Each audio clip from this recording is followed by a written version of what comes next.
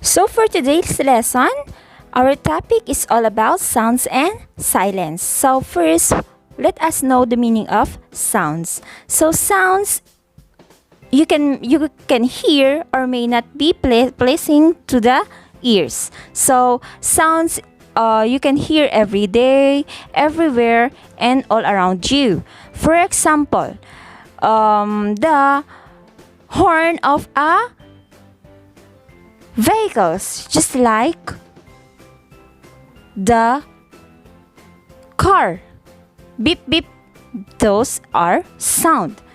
Another one is music. Music is also sounds. So there are two kinds of sounds: the pleasant sounds and the unpleasant sounds. So when we say pleasant sounds, are sounds that make you feel good and happy. So pleasant is not destroying the eardrum. Pleasant is a soft voice only, not too loud. And also, the example of pleasant sound is murmuring, just like that is murmuring. When we say unpleasant sound, are sound that not sound make you cring or shrink back and scared or uneasy. For example of unpleasant sound is noisy. So that is the two kinds of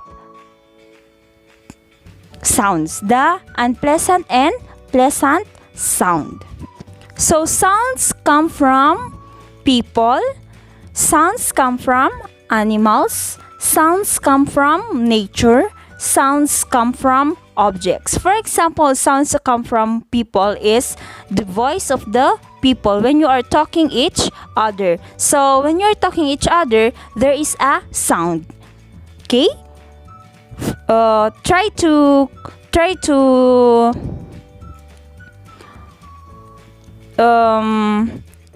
communicate to your mom or your dad. There is a sound produced, right? Okay, sounds come from animals. So sounds come from animals, the sounds that they produce. Just like when the dog is barking, what is the sounds when the dog is barking? Diba? Ow, ow, ow. Then the bird. How about the bird? Tweet, tweet, tweet, right? And how about the cat? Meow, meow, meow. So they can produce sounds. How about nature? So example of that is a wind. The that is the sound of a wind. So sounds of nature. How about the comes from objects? Okay, the airplane. Okay, the airplane has also a sound. How about the fire truck? There is also a sound. The ambulance. Woo, woo, woo, woo. The cell phone when someone is calling for you. Calling. When someone is calling, what is the sound of your cell phone? It is the ringtone of your cell phone. So that are the example of a sound. Okay. So another is the silence. So let us know about silence. So silence means pause or a moment of rest. In silence, sound is inactive. So ang ibig sabihin ay silence, walang maririnig na sound. Okay, silent nga, 'di ba? Silence. Kapag sinabi ni teacher na make silent, okay? You may stop talking and zipper your mouth. So, did you hear some noise or some voice that come into your mouth if you silent?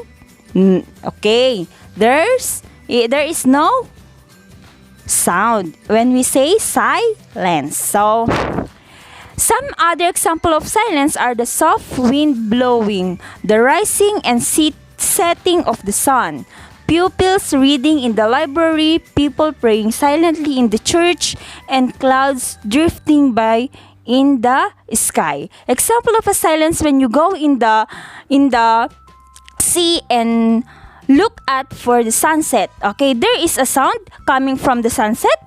Okay, very good. There is no sound coming from the sunset.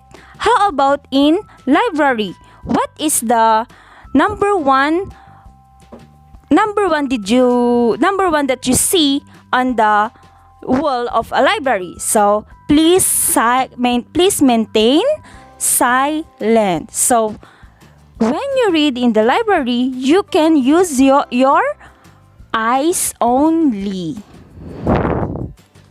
When people praying silently in the church, when you are going to church, okay, when you pray, what did you do? Pray it silently. Okay, how about in clouds drifting by in the sky? So kapag nagdrift yung clouds sa sky, it can produce sound also? No, it is silence. Walang maririnig na sound. Okay.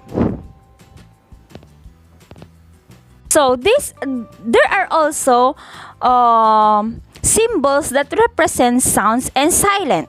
So this is the symbol of a sound or represented by a sound. So this is look likes. So this is the representation of a sound or the symbol of a sound. And this is the symbol also of a silence. Okay.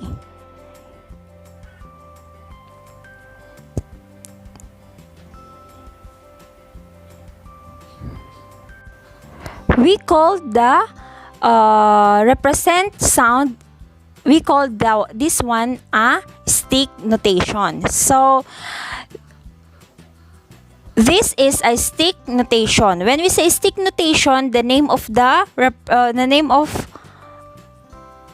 what is represented by a sound. And and the represent of silence, this one is called it is called quarter rest. So this is a quarter rest. Did you understand? Very good.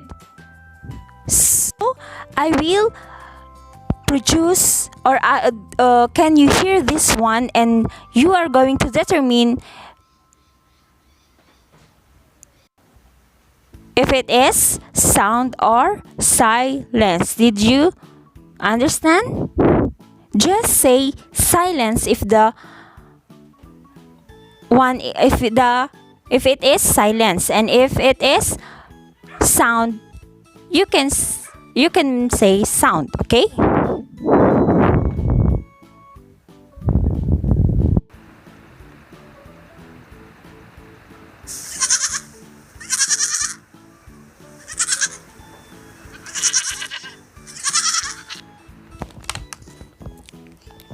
Pleasant or okay, silence or sounds.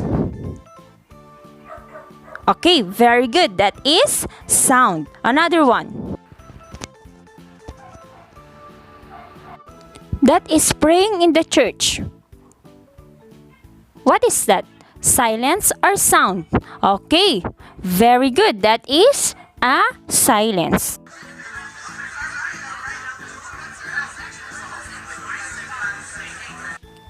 That is talking each other. What is that? Silence or sound? That's right. That is a sound. Now, did you know the difference of silence and a sound? Okay, very good. If you understand, that ends with our discussion. So, see you again next discussion.